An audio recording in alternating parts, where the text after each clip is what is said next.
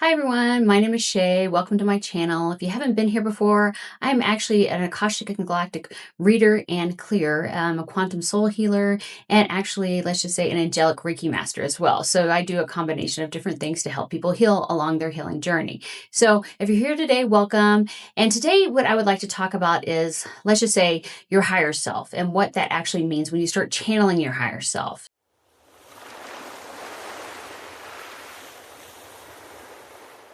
So once you are able to, let's just say, access your higher self, let's just say there are different, let's say, versions within your higher self, different levels. So let's just say, like when I channel Aria at the highest level, it is all the way up to like the 12th dimensional level. So sometimes, though, they actually push me down to lower levels depending on what kind of information I'm needing or wanting so that it relates more to my reality. But from the highest perspective, you can go all the way up to the 12th level within your oversoul. So with that being said, a lot of people are wanting to learn to channel, let's just say, and they are like a lot of people are channeling. You know, if you were just sitting there one day and all of a sudden you're giving somebody really good advice and things of that nature and you're heart-centered, you are channeling. That's how you channel. You become heart-centered within your heart.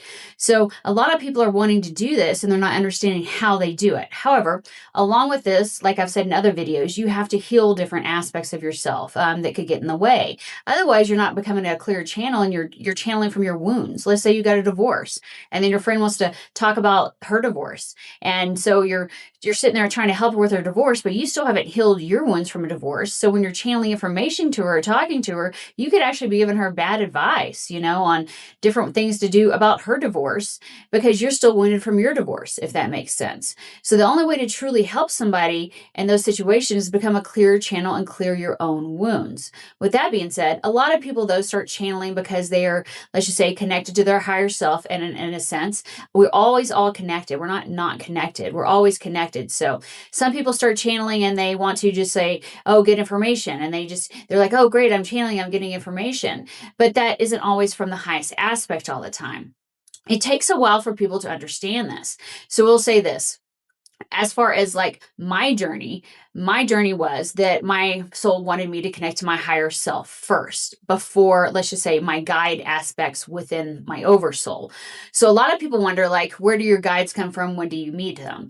However, your guides are actually part of your oversoul. So with that being said, your oversoul is just say all different aspects of you, versions of you that are here to have an experience. And they can be, let's just say, like for me, my husband's one of them, my sister-in-law is one of them, my brother-in-law is one of them, their kids are.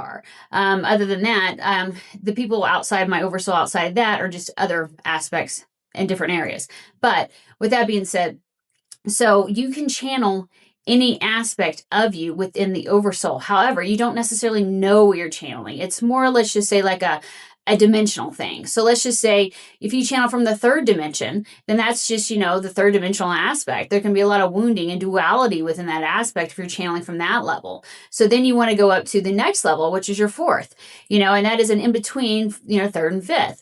But, so what we're trying to say is sometimes it can be like your third and fourth, combined. Sometimes it can be your fifth and sixth. They blend together. It's a dimensional level thing. It's never exactly specific aspects unless you're wanting to channel specific aspects. So for me, I actually channel like the Pleiadian Council of Light, which is a ninth dimensional aspect of me. And they give the energy updates. And if I want to, let's just say, go channel Aria at a higher aspect, I go to the 12th dimension for Nelly. So it just depends. And as you start learning your higher self and the different aspects and you're working through it, then you get guided to different people, different beings. So for me, as far as guides go, I actually had to, my soul path was to connect to my higher self first. We all have our guides still there, but I was never introduced to my guides actually. So once they introduced themselves to me, they showed themselves to me one by one day. My higher self was with me. That aspect of my higher self was with me and started showing me, and they started stepping forward and then showing me who they are and give me their names. So we all, let's just say, have aspects of ourselves. We have guides within the oversoul. We do, in a sense, have like guardian angels, but they are actually within the oversoul as well. And then also within the oversoul, like my oversoul is more galactic than angelic. It's like, let's just say, a 56 versus 46, 44 split. So, it's almost 50-50. So, but yes, so I can be channeling galactic beings. I can be channeling, angelic beings. And sometimes they're within the same dimensions and they're just all blending together as a collective of energy that I'm channeling. So it's just about going to the higher perspective if you're channeling your higher self. So I know a lot of people are starting to do this, but they don't understand that aspect that you have to, let's just say, ask for the different levels.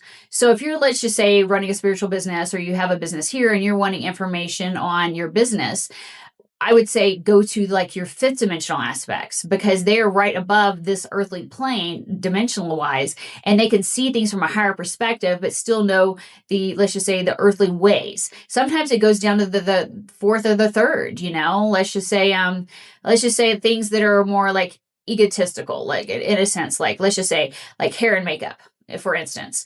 So for them, it's going down to the third or the fourth dimensional level, and then you channel information from them for that. So anyway, I hope this explains the higher self more and channeling the higher self and what you're actually channeling when you're within the higher self. But if anybody has any questions, you can drop a comment below.